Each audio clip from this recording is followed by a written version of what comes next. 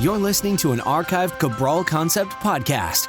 After listening to this show, check out the most up-to-date podcasts available at stephencabral.com/podcasts or search directly on iTunes.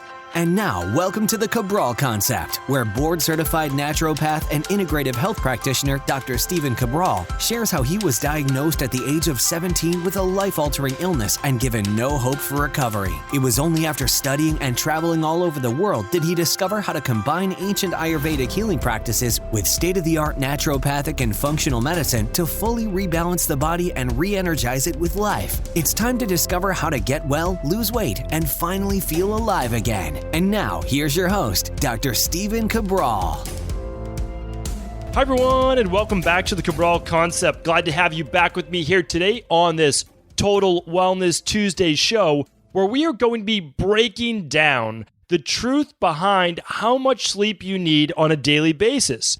With so many varying opinions and the differences per body type and what people believe that they need or what they can survive on besides what you actually need to thrive on, I'm going to share with you what Ayurvedic medicine says, what traditional Chinese medicine says, all the different forms of Eastern medicine, and then combine that with current day state-of-the-art medicine and the scientific research behind it.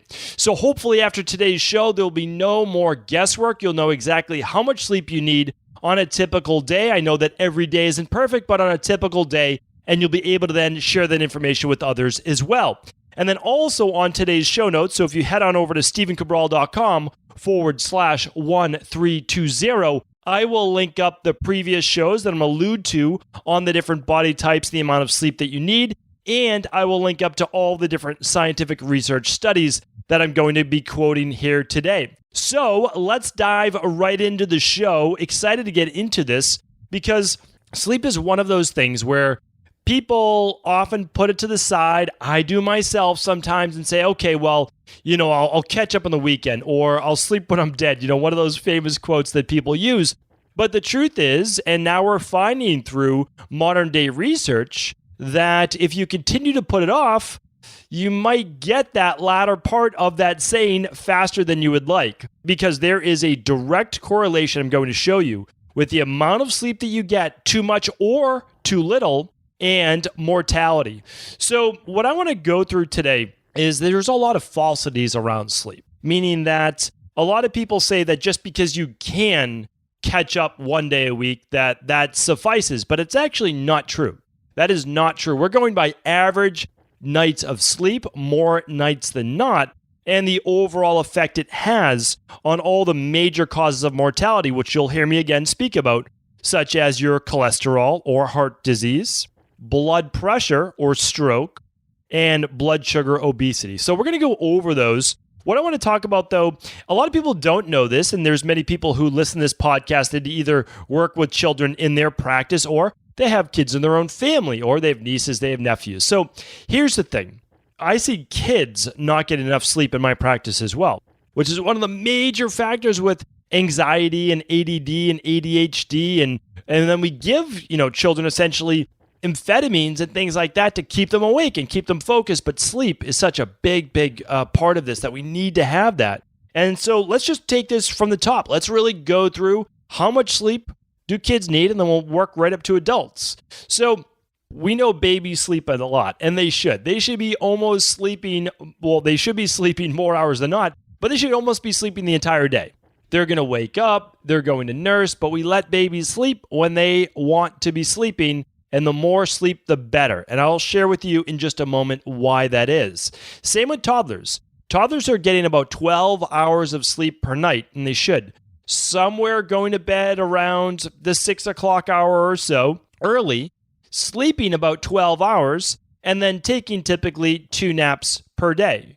Early toddlers, okay? When we move to later toddlers or children, we're going to about 12 hours per day. Again, 7 at night to 7 in the morning, 6 at night to 6 in the morning, and they're taking about a 45-minute or 40-minute to 90-minute nap or so per day. And they're doing that through all of their childhood years, early childhood to somewhere around 4 years old or so, maybe 5. And this is very, very crucial because when they are sleeping, their body is growing. Okay, this is extremely important. The more you sleep, and you're going to need to remember this for later into adulthood, the more that you sleep, the more anabolic your body is. The more in the parasympathetic nervous system your body is. That means the more healing, the more digestion, the more rest, the more recovery, and the more rejuvenation is taking place. So young children, their bodies, their brains, their nervous system are developing at a very rapid rate. They need all of that sleep in order to repair what's gone on for the day, but continue to rebuild and grow new neural-based connections, improve brain, build up that body. Now, older children, they start to go to school, they give up that nap somewhere around 4, 5, 6 years old or so. They should be at this time getting somewhere around 10 to 12 hours, ideally closer to the 11 to 12 hours. And that will take them really all the way till their older years, somewhere right up until around 10 years old, 11 years old or so. Why is this much more, right, than most of our kids are getting? Here's the thing. It is not normal for our kids, and they are kids, to be staying up till 9, 10 o'clock at night. So that's not healthy for children. We do it because they're involved in all sorts of sports.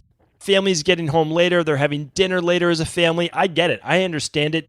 You know, a lot of times on Tuesday nights, my girls go to soccer practice, and we don't even get done till 7 o'clock. Now, typically, they're getting into bed somewhere around 7 o'clock. But now on those nights, we get home, we're having a later dinner, we're doing bath. They might not get to bed until 8 o'clock that night, and we try to do it quick, right? So we're having everything ready. So here's the thing, though. A lot of kids, they might not get to bed until 9 o'clock or 10 o'clock. They have homework. They have all these other things to do. But that is unnatural. That means their bodies are not going to be able to keep up with their demands, and that's not a good thing because most kids have to get up somewhere around 6 o'clock or 7 o'clock to be able to get ready for school. So now, as a child, they might only be getting 8 hours of sleep, maybe 9 hours of sleep. That's it. When they should be getting 10 to 12 hours of sleep. And again, more ideal would be closer to the 12 hours. Our girls typically sleep in the wintertime from about 7:30 at night to about 7 in the morning. Sometimes they'll wake up at 6:30, but again, it's when their body wakes up naturally. So they're getting about 11 hours of sleep, ideally 12, and a lot of times it is. So that's a lot of sleep compared to maybe a lot of their other friends, but that is what their body needs, and all children's body need, as well as their brain and their nervous system continue to thrive and grow. It's also one of the reasons why I believe we try to keep their immune systems nice and healthy. The more sleep, the more that immune system can work too. They'll be less run down. Really important. Also important, of course, for less cranky kids. Now, I'm not saying we're perfect or my kids are perfect. That's far from it. But I can tell you this, that the less sleep your kids have and the more activities they do and the more that's asked of them, the more drained they are going to be. So really look at that sleep. Look at the 10 hours as the minimum to the 12 hours right to their 11, 12-year-old years. Now, as a teenager, there's even more demands. There's no doubt about it. When you are in high school and going off into college, you're most likely going to be playing an instrument, you're working, you're playing sports, then you're doing your homework, you're studying for tests. There's a lot going on. And so you might not be able to get to bed till 8, 9, 10 o'clock, of course. And most teenagers staying up till 11, 12 o'clock. But they need those 9 to 10 hours of sleep, and that would be minimum. 9 to 10 hours of sleep. But what are most teenagers getting? Somewhere around 6 to 8 hours. And that is not ideal, not even for an adult, and we'll get into that. So ideally, what I recommend for teenagers in my practice is 9, 10 hours of sleep at night. Go to bed by 9 o'clock. And again, I know that doesn't sound realistic for most teenagers, but I'm talking about the ideal. You're doing your best. 9 o'clock at night, and then sleeping until 6, 7 o'clock in the morning. It's the only way you're going to be able to get those 9, 10 hours before you have to wake up for school. So extremely important. The more sleep, the better. You'll be better. And you can relay this to your teenager or your teenage clients or patients, as it's going to make them recover better and help them for sports. They're going to recover better and retain more of what they learned, which will help improve their grades. It's going to make them overall happier and healthier. Their cognition, their memory is going to be better. So extremely important. And then on the weekend, catch up, right? They might go out later with their friends, but ideally not too late. And sleep in as long as you can in the morning. Sleep in. Now, it's going to change a little bit, especially if your child can't fall asleep then that Sunday night, like I've talked about before. But we'll get in a little bit. I'm not going to talk too much about sleep-based supplements at all, most likely today. That was another podcast. I can try to link back to that as well over at episode 1320 today. All right, so that's the teenage years. Let's get into adults, okay? So adults, on average, need 7 to 8 hours, and I want to back that up with Ayurvedic medicine, and I want to back it up with scientific research in just a moment.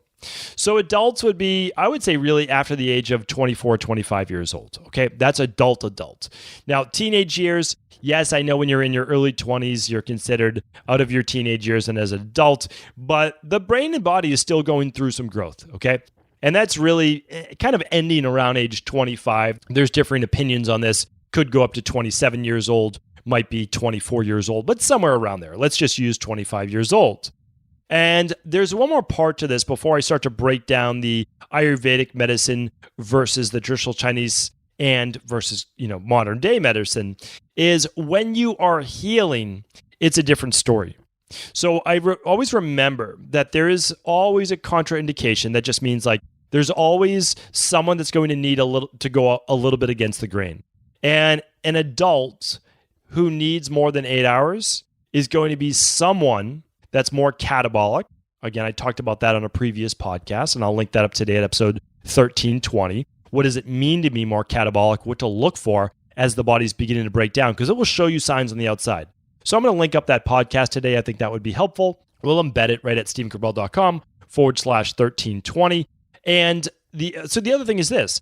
Any type of immune-based disorder, any type of trying to heal from an autoimmune issue, or especially fibromyalgia, chronic fatigue syndrome, myalgic encephalitis, encephalomyelitis, POTS, any of those things, the body's going to need more time to heal. Extremely important. So you will need to get a little bit more sleep. One mistake I made when I was trying to heal, I would try to sleep like 12 hours a night. Maybe for 3 weeks, 4 weeks or so, really get in that deep rejuvenation. But I think 10 hours is still the maximum I would do so that you could get up and you could still be in a really good sleep cycle, because that's extremely important. And I want to start to share some of these studies. So one of the studies they found on keys to longevity with sleeping, because I'm trying to move and help people. I feel like after 1,320 episodes, we've done so much covering essentially every different dis-ease of the body. And again, we're not curing, diagnosing, treating disease on a podcast. What I'm sharing with you are all the underlying root causes of why people are not well. Because if you haven't heard by now on the podcast, whatever you're dealing with right now, there is an answer. There's no doubt about that. And you might say, well, that's not true. People in my condition are said that not to recover. Listen, I understand. But that's because we're not treating conditions. We're looking at underlying root cause imbalances that led to where you are today. I wasn't supposed to recover from Addison's disease, type 2 diabetes, rheumatoid arthritis, POTS, fibromyalgia, migraines, etc. I wasn't supposed to, but I did. And that's because I had to realize that there is not a cure for the things that I just named, but there absolutely is a way to fix the body at a deeper foundational level. And when I did that, I brought the body back to a place that was balanced, where I achieved equilibrium, that the body could then balance itself. So that's the biggest discrepancy, and I did talk about this last Tuesday as well, as the best form of medicine, is that eventually you have to realize that you're not your disease. Most likely you weren't born with your disease. That means you acquired it over a period of time. And since you acquired it over a period of time, there must be a way to work backwards in the process to go back to the time when you didn't have that disease. And yes, it actually does mean you're going to grow younger, but that's not what we're trying to do. We're trying to figure out what are the toxicities that you accumulated, viruses, heavy metals, etc. I mean, it can be so many things, candida, parasites, you name it, you can get it. So we want to take those out. But we also want to look at, well, over time, you've become run down, a lot of times from a lack of sleep, so then you've had to draw on more of your reserves, which means you've simply worn down your levels of omegas, vitamins, minerals, amino acids, etc. I could go on, right? So that's why all of these things do matter. You have to understand that sleep is such a huge part of this. In my book, The Rain Barrel Effect, I gave you how I practice. I literally gave you how I practice. It's called the de-stress protocol. And that first S in de-stress, there are 3 S's. The first S is for sleep. And I talked about this crucial thing, is that you have to get into a sleep routine. Even if you're not sleeping at the ideal times of the day, which I'll probably save for another podcast, and I will save for another podcast, but even if you're not sleeping at the ideal times of the day, you should be going to bed within 30 minutes of the same time every day. That's the big takeaway. And I'm going to link up the PubMed study that shows this. Because if you go to bed at the same time every day, even if it's midnight or even if it's 10 p.m., or let's say you are working the overnight shift, even if you're doing that and it's not ideal time of the day, if you go to bed within the same time of the day and you lower cortisol at the same time of the day, you increase melatonin at the same time of the day, you're going to have improved lipid panels, longevity, deep sleep. And this is very important because what you're looking at are what are the different causes for mortality? Like that's the whole thing about longevity, right? The whole point about longevity isn't always hacking the body. The body can naturally live to 100 to 120 years. It can do that. Now, you start taking the years off based on how you wear out the body. I mean, that's the truth, right? How imbalanced does it become? And when you become imbalanced, you get imbalanced cholesterol, regardless of genetics. You get imbalanced blood pressure. You get an imbalance in whatever your genetics predispose you to. But remember, genetics are always there in the background. They don't have to become your life and your reality if you keep those foundational levels balanced. So one of the big takeaways is this. Get to bed within 30 minutes at the same time every night. If your bedtime is typically 10 p.m., great. Then that means that you go to bed between 9:30 and 10:30 every single night with the ideal of 10 p.m., let's say for you, okay? If it's 11, well, now it's between 10:30 and 11:30 every single night. And what do? Well, you wake up now within the same 30 minutes every single morning. And that is the beauty of this. I'll tell you right now, I didn't know this research when I started doing this myself, well, many years ago now. I don't know how long ago it's been, but it's been over 15 years. And I'll tell you this was a game changer for me. There were a few game changers in my life, and re-regulating my sleep was one of those. It absolutely was. It was one of the ways I can absolutely tell you that I began to recover and get back my energy. Going to bed around the same time every single night, waking up the same time every single morning, and I did have to take a little time off from going out with my friends so that I could get into a sleep schedule. But then once I did, and I found the right supplements for when I did go out with my friends, I could then fall asleep if I slept in a little bit that next morning. That allowed me to be able to live the life that I wanted. And I'll share more of that again. Supplement-wise, I'll link up that podcast. I don't want to make this one about supplements, but for those people who can't get to sleep, you can just go to equilibriumnutrition.com and type in sleep protocol or ultimate deep sleep protocol.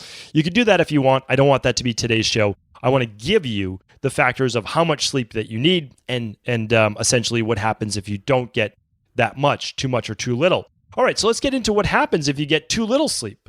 Well, a lot of research on this, big meta-analysis. Those people, that's less than 5 to 7 hours, had a 12% greater risk for an early death. That means greater risk for all-cause mortality. Because why? Well, and I've done previous shows on this with you. If you sleep less than 7 hours of night, you're most likely going to have dysregulated blood sugar. Well, dysregulated blood sugar affects your hormones. It can affect oxidation in the body. It can affect blood sugar, right? Obviously, it affects blood sugar. It can affect overall your lipid panel. All of these things matter. And you're not going to have enough time for recovery. That's going to affect the brain, the nervous system, the body, right? They're intimately connected. When I say nervous system, think of it this way. Your brain sends signals down your spinal cord that then run off the spinal cord to your nerves. And the periphery, the nervous system, affects the central nervous system. It's the fight or flight or the parasympathetic nervous system, the rest and relax. It basically makes your body move. And that is your nervous system overall. There are different branches of the nervous system. I go over those in my book as well. But when we look at what are those risk causes for death by dysregulated blood sugar or heart disease, there's also weight gain. There's blood pressure, increased stroke, and it affects your hormones because you don't get enough time with lower levels of cortisol if you're not sleeping enough. So really important that you're getting more than 7 hours of sleep, or about 7 hours of sleep was that minimum, okay? Why 5 to 7 hours? Well, here's the thing. Actually, I'm going to share that with you in just a moment. So here's the interesting thing, though. People who got more than 9 hours potentially had a 30% greater risk for early death as well.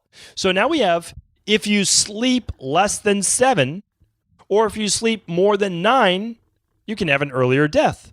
Now, why would sleeping too much cause an earlier death? Well, increased risks of obesity, increased risk of too little physical activity, being sedentary, undiagnosed health conditions, because people are in bed for longer periods of time.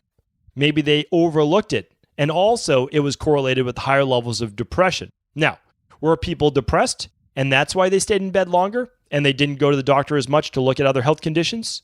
Or it was overlooked? Potentially.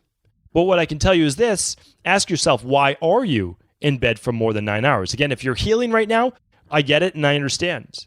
And what we want to take away from this study is this: it looks like the absolute best amount of time to sleep is about 7 to 9 hours for adults.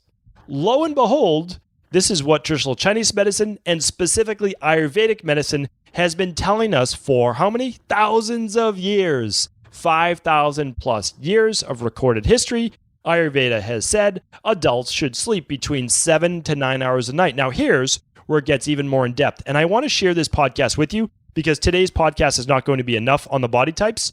So I'll find the episode for you. I don't have it off the tip of my tongue. It was somewhere in the 900s. Remember, I started teaching about the body types in Ayurveda around episode 900. Then I did it at 900, 907, 914, 922, and so on and so forth. So here's the deal, though. Vata-based body types, they need about 9 hours of sleep a night, 8 to 9. Pitta body types, about 8 hours of sleep. And Kapha body types, about 7 hours of sleep. Why? The Kapha body type is more anabolic. And when you sleep, it makes you more anabolic, which means you don't need a lot more sleep when you're a Kapha body type. You can get away with 7 to 8 hours. Now, if you're very active, it's closer to the 8 hours. If you're not a very active Kapha body type and you're more likely to move towards the weight gain, well, we're going to get you in, you're only going to be in bed maybe about 7 hours. Very, very important that you don't sleep in as a Kapha body type. And again, I'll link up the show for why for the Ayurvedic body types. Okay, so if you've never heard about Ayurveda, start with episode 900, then go 907, 914, 922. That will give you a real breadth of knowledge around Ayurveda. You'll be able to find out your body type, and you'll be able to even match up your body type with the images that I give you on one of those episodes as well. Okay, so here's the deal though. If you're a Vata body type, that means you run more catabolic. Now, if you sleep too little, you become even more catabolic. So we need you sleeping more to be able to really rebuild that body to a greater degree, which means you need more towards the 8 to 9 hours. Really, really important. So if you have thinner joints, you're more prone to weight loss, you're more prone to lower immunity. Get that body in bed 8 to 9 hours a night. Super, super important. Okay, so now that we've gone over that, I'm going to link up about 5 studies for you here today, 4 or 5 studies. And it's going to be on getting to bed around the same time every day. It's going to be the greater chance for an early death if you sleep less than 5 to 7 hours a night, and greater chance for an early mortality if you sleep more than the 9 hours a night. So I want to link those up, but a couple questions I want you to ask yourself is this. This will let you know if you're at the right amount of sleep right now. Do you need coffee for energy? Really good question to ask yourself. Are you overdoing it in life? And that will be the podcast I link up as well on Are You Too Catabolic? If you need coffee for energy, coffee should be because you enjoy it, you want some of the antioxidants, but it should not be because you need it. If you need it, that is when you know that your body's not getting enough rest. Okay, now go to your body type. That's a big one. How much sleep do you need? Well, do you trend more towards weight gain? Are you more of the Kapha body type? Or do you train more towards weight loss, more of the Vata-based body type? And there are, of course, many variations in between. I link up the shows for that. Okay, also, do you wake up without an alarm clock? Because if you don't, it means you're going to bed too late. All right, that's typically the case. Not that you're waking up too early. Maybe that's the case if you're waking up before 5:30 or so. But are you going to bed too late? Because if you're going to bed by those prime time hours, and we'll do another show on that, then that means you should naturally wake up with the sun somewhere between 5:30 and 6:30 in the morning, maybe 7 in the wintertime. Okay, and that's the thing too. My two daughters get a little less sleep during the summer. Why? During the summer, the sun stays out later. The body naturally needs, when you're working with the seasons, a little less sleep. So they go to bed typically around 8 o'clock or so during the summer, and they may wake up around 6:30, 7 with the sun. There's more sun during the summer, of course, right? Or at least where we are. All right. And then, so we have to get to bed a little bit earlier if you are not waking up naturally. Super, super important. And then also this. Do you have high blood pressure? Do you have a higher fasting glucose in the morning? Have you taken your fasting blood sugar in the morning? Do you have higher cholesterol? And do you gain too much weight? Or do you have too much weight on the body right now? Or do you have too little? And those are all factors to ask yourself if you're getting the right amount of sleep per night. But remember, now that we have these studies and the research matches up with Ayurvedic medicine, I can assure you that the average person needs between 7 and 8 hours of sleep per night.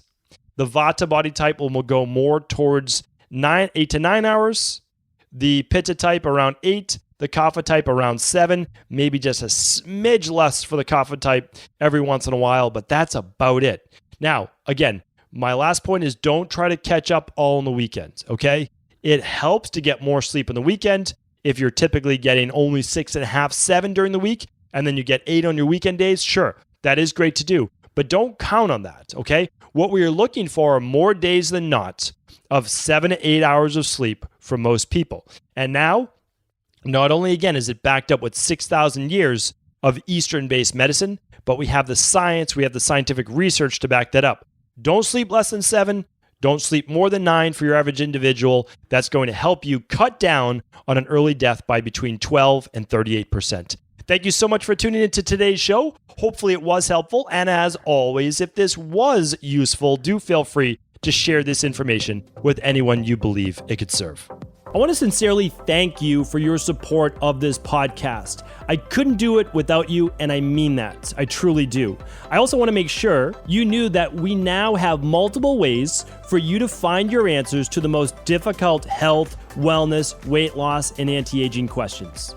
You can find podcast-specific topics like thyroid, adrenal, hormones, sleep, digestion, Ayurveda, and many more at stevencabral.com/podcasts that will then link you to your favorite Apple, Spotify, and other podcast players. Plus, all new podcasts and weekly exclusive video content is being added to our YouTube channel at youtube.com/Stephen Cabral. And that's Stephen with a PH. Head on over and subscribe so that you don't miss any of the exclusive content. Lastly, if you've ever found any of my podcasts or books to be helpful, I would really appreciate it if you could leave a review on iTunes or your favorite media player for the podcast. Rating and subscribing to the YouTube and podcast allow me to reach more and more people and help spread my mission of healing throughout the world. Thank you again for being a part of this movement.